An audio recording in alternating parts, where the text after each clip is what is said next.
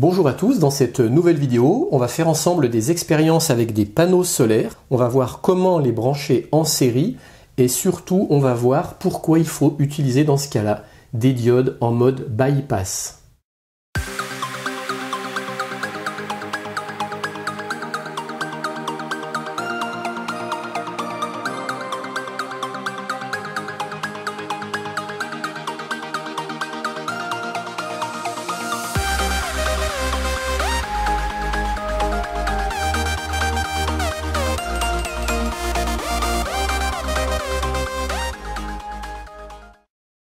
Les panneaux solaires photovoltaïques, ce sont des alimes, et comme tout alime, on peut s'en servir seul, ou on peut les brancher en série, en parallèle, ou même les deux à la fois. Pour les débutants, la toute première chose à savoir, c'est qu'un panneau solaire photovoltaïque, comme toute alimentation, il est polarisé, c'est-à-dire qu'il a un côté plus et un côté moins. Ensuite, il faut savoir que chaque panneau solaire a sa propre caractéristique technique, sa fiche technique. Là, c'est écrit en tout petit, donc je l'ai réécrit en gros ici. On voit qu'il peut délivrer à vide du 6 volts et un courant maximum de 150 mA. Pour vérifier la tension à vide, c'est très simple, je branche un voltmètre à ces bornes. Je prends une lampe, là comme je suis en plein hiver et que j'ai du brouillard, j'ai pas de soleil. Donc je fais ça avec une lampe. Et on voit que quand j'approche la lampe au maximum sur le panneau solaire, il me délivre une tension de un petit peu plus de 6 volts. Et là par exemple, j'ai un autre panneau solaire dont les caractéristiques ne figurent pas à l'arrière. Pour connaître sa tension maximum, je vais tout simplement le brancher à la place de l'autre. Et j'approche ma lampe. Et là on voit que la tension est tout de suite bien plus élevée. On arrive quasiment à 14 volts. Donc là je rappelle, c'est une tension à vide, c'est-à-dire que le panneau solaire n'a aucune charge. La deuxième chose à connaître, c'est son courant maximum. C'est ce qu'on appelle aussi son courant de court-circuit. Donc pour ça, on vient tout simplement brancher un ampèremètre directement à la sortie du panneau solaire. Mais pour ça, après, il faut vraiment l'exposer en plein soleil parce que vous allez voir, même avec une lampe qui est très très près, eh bien on est loin d'obtenir la puissance maximum.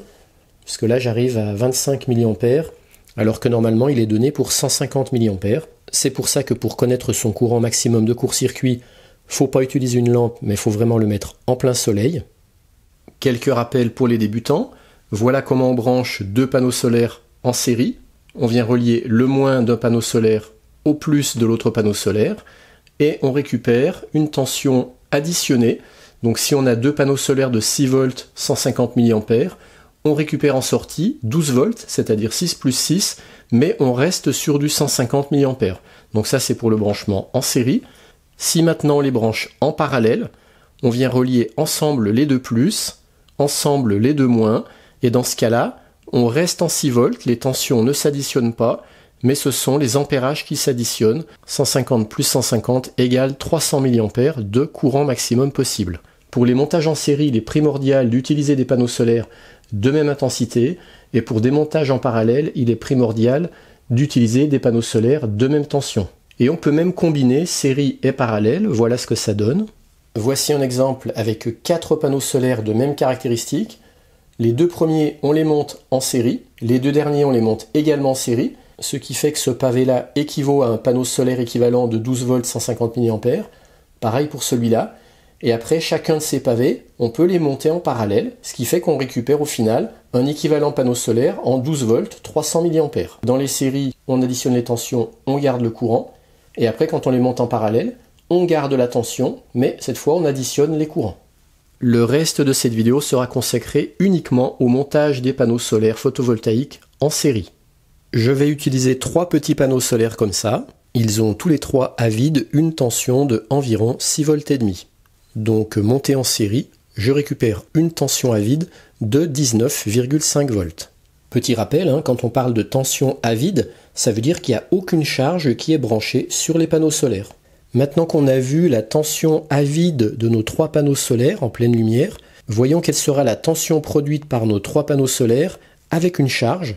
J'ai rajouté en série 3 LED et une petite résistance de 30 ohms. J'allume la lampe. On voit que la tension monte à 19 volts. Et maintenant, je branche mes LED. Mes LED s'allument et on voit que la tension s'écroule à 9 volts. C'est normal, vu que chaque LED a une tension de seuil de à peu près 3 volts, 3 fois 3 volts en série ça fait 9 volts, ça veut dire qu'au-delà de 9 volts, mes LED sont conductrices, du coup le courant circule, et c'est pour ça que la tension aux bornes de mes panneaux solaires tombe à 9 volts. Et maintenant, pour mieux analyser tout ce qui va se passer dans le circuit, je vais rajouter, en plus de ce voltmètre qui mesure la tension produite par l'ensemble des 3 panneaux solaires, un ampèremètre qui va mesurer le courant total consommé dans le circuit, et 3 autres voltmètres qui vont chacun mesurer la tension aux bornes de chacun des 3 panneaux solaires. Ce voltmètre-là mesurera la tension produite par ce panneau solaire, celui-ci pour ce panneau, et celui-ci pour ce panneau. Voilà le schéma du montage actuel. Les 3 panneaux solaires, les 3 voltmètres aux bornes de chaque panneau solaire, un voltmètre qui mesure la tension totale, un ampèremètre qui mesure le courant, et puis les 3 LED et la résistance. Et maintenant, on va pouvoir commencer à faire nos expériences. Première expérience, j'allume tous les voltmètres.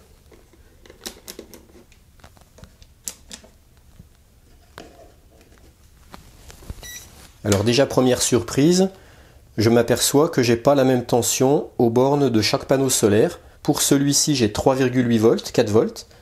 Pour celui-là, 1 volt et pour celui-là, 1 volt. Donc déjà, ça doit être dû aux caractéristiques propres à chaque panneau solaire qui a peut-être une résistance interne légèrement différente des autres. On voit que la tension totale, elle est donnée pour 6 volts. Donc si j'additionne 1 plus 1, ça fait 2, plus 4, ça fait 6. Donc effectivement, on a bien une addition de toutes les tensions. Pour l'instant, j'ai 0 courant consommé.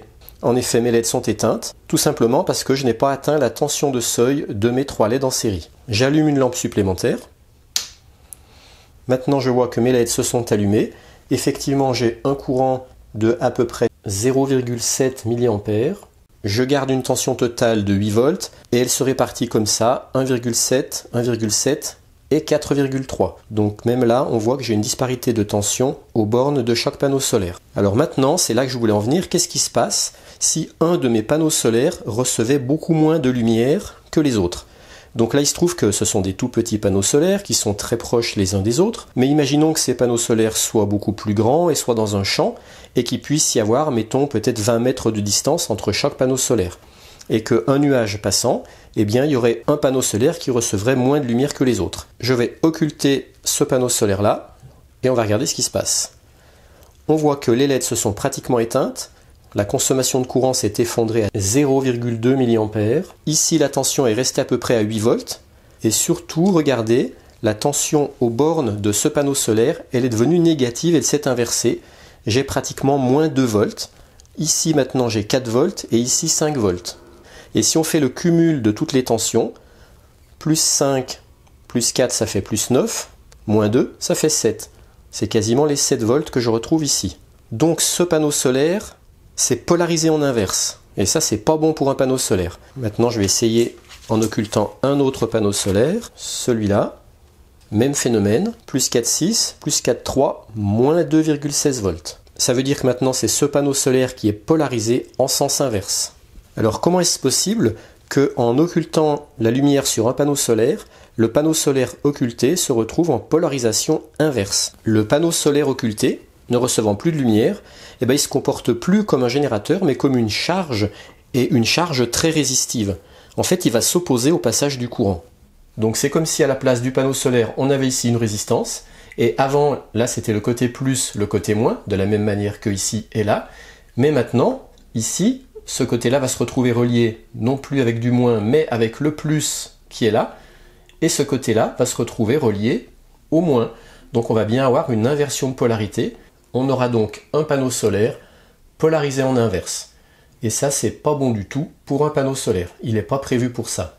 Et vous allez voir, je vais vous remontrer qu'il suffit qu'un seul panneau solaire soit défaillant pour faire chuter le rendement de tout l'ensemble des autres panneaux solaires. Quand mes 3 panneaux solaires sont dans la lumière, les 3 LED sont allumés. J'ai une consommation de courant de 0,7 mA. Si j'occulte un seul panneau solaire, mes LED ne s'allument presque plus et la production de courant s'est effondrée à seulement 0,2 mA avec moins de volts aux bornes de ce panneau solaire. Donc on voit qu'il suffit qu'un seul panneau solaire soit défaillant pour rendre tout le montage quasiment inopérant. Et en plus, il faut savoir que le panneau solaire qui recevra moins de lumière, non seulement il va se polariser en inverse avec des tensions potentiellement élevées, non seulement ça plombe toute la productivité du montage, mais en plus, ce panneau solaire va constituer ce qu'on appelle un hotspot, c'est-à-dire un point chaud, parce que du fait qu'il va être polarisé en inverse et s'opposer au passage du courant dans tout le circuit, eh bien il va se mettre à chauffer, en anglais hotspot. Et on se doute que tout ça c'est très mauvais pour un panneau solaire. Eh bien pour remédier à ça, il existe une solution qu'on va découvrir ensemble maintenant. Cette solution, c'est la diode bypass qui va consister à mettre aux bornes de chaque panneau solaire une diode comme ça, montée en sens inverse. Donc quand le panneau solaire est effectif et qu'il travaille, ici c'est le pôle plus, ici c'est le pôle moins. Donc le courant ne pourra pas traverser la diode puisqu'elle sera en sens bloquant. Et puis quand le panneau solaire sera inopérant et qu'il va se retrouver polarisé en inverse, ce pôle-là va devenir positif et celui-là négatif, et bien dans ce cas-là, la diode va devenir passante et pourra laisser passer le courant. Cette diode bypass aura plusieurs effets sur un panneau solaire qui manquerait de lumière. Déjà, ça évitera que le panneau solaire se retrouve en polarisation inverse, pouvant monter jusqu'à plusieurs volts. Sa polarisation inverse se limitera à la tension de seuil de la diode. Donc par exemple, si on prend une Schottky avec une tension de seuil de seulement 0,3 volts, eh bien on se retrouvera seulement avec une polarité inverse de moins 0,3 volts ici. Donc déjà c'est beaucoup mieux que d'avoir du moins 2, moins 3 ou moins 4 volts sur notre panneau solaire.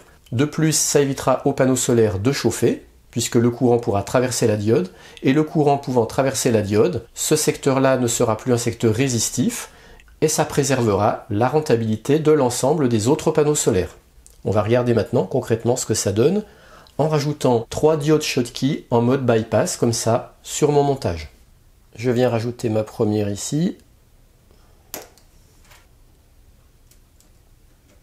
ma deuxième et ma troisième. Maintenant, nouvelle expérience, je remets la lumière, je vois que mon courant n'a pas changé, les tensions 2 volts, 1, 6, 4 volts, mes LED sont allumés, une tension totale de 8 volts. Donc jusque là tout va bien. Maintenant je vais occulter ce panneau solaire. Et là qu'est-ce qui se passe? Eh bien regardez, les LED sont restés allumés. Je garde un courant de 0,6 mA et cette fois la tension aux bornes du panneau solaire occulté n'est plus que de moins 0,2 volts, c'est-à-dire la tension de seuil de ma diode Schottky, et puis aux bornes des deux autres panneaux solaires j'ai 3 volts et 5 volts. Pour mieux comparer, je vais renlever la diode Schottky sur ce panneau solaire occulté.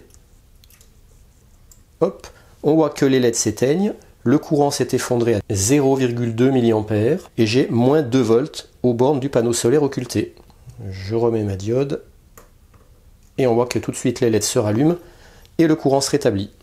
Maintenant, pour encore mieux illustrer le phénomène de point chaud, avec ou sans diode Schottky, je vais vous montrer ce qui se passe si je sous-dimensionne ma charge, c'est-à-dire qu'au lieu d'allumer 3 LED, je ne vais plus allumer qu'une seule LED et on va occulter un panneau solaire avec et sans diode bypass. J'ai enlevé mes 2 LED, il n'en reste plus qu'une en série avec la résistance. Et qu'est-ce qu'on voit? Pour l'instant, j'ai gardé mes diodes bypass. On voit que la tension totale n'est plus que de 4 volts, c'est-à-dire la tension de seuil de cette LED plus la résistance. On voit que le courant consommé est maintenant de 1 mA. Et voyons comment se répartissent les tensions. 1,15 volts ici, 0,5 volts là, et 1,1 volt ici. Maintenant, j'occulte un panneau solaire. On voit que la tension globale reste à peu près à 3 volts. On voit que le courant consommé reste à 1 mA. On retrouve la tension de seuil de la diode en polarisation inverse aux bornes du panneau solaire occulté, moins 0,25 volts, plus 0,7 ici et plus 2,3 ici. Maintenant, j'enlève la diode bypass aux bornes du panneau solaire occulté. Et là, qu'est-ce qui se passe? Cette fois, je dégringole à moins 6 volts ici, plus 3,5 ici, plus 5 là. Donc on voit que j'ai un réel point chaud sur ce panneau solaire avec une grosse polarisation inverse. Et la production de courant est retombée à 0,7 mA. Maintenant j'enlève le papier. Je rappelle, je n'ai toujours pas de diode bypass sur ce panneau solaire. Si j'éteins ma lampe, donc je vais baisser la production de lumière totale sur les panneaux solaires, et bien on voit que tout en n'étant pas occulté, sans diode bypass, ce panneau solaire se polarise de nouveau en inverse avec une tension de moins 0,5 volts. Donc il se peut que dans certains cas de figure, si on ne mettait pas de diode bypass, on se retrouve avec un panneau solaire polarisé en sens inverse, quand bien même tous les panneaux solaires reçoivent la même quantité de lumière. Là, je vais remettre la diode bypass. Et on voit maintenant qu'il reste polarisé en inverse, mais seulement de moins 0,17 volts. Celui-ci, très légère polarisation inverse de moins 60 mV, et celui-là est à plus 3 volts. Mais là au moins, mes deux panneaux solaires en légère polarisation inverse ne sont pas des points chauds, donc ça ne les abîme pas, et ça laisse passer la totalité du courant produit par ce panneau solaire. Et bien là, dans cet exemple concret, c'est ce panneau solaire-ci qui produit tout le courant qui va éclairer cette LED. Donc maintenant, vous comprendrez le pourquoi et l'utilité des diodes bypass dans un montage utilisant des panneaux solaires montés en série.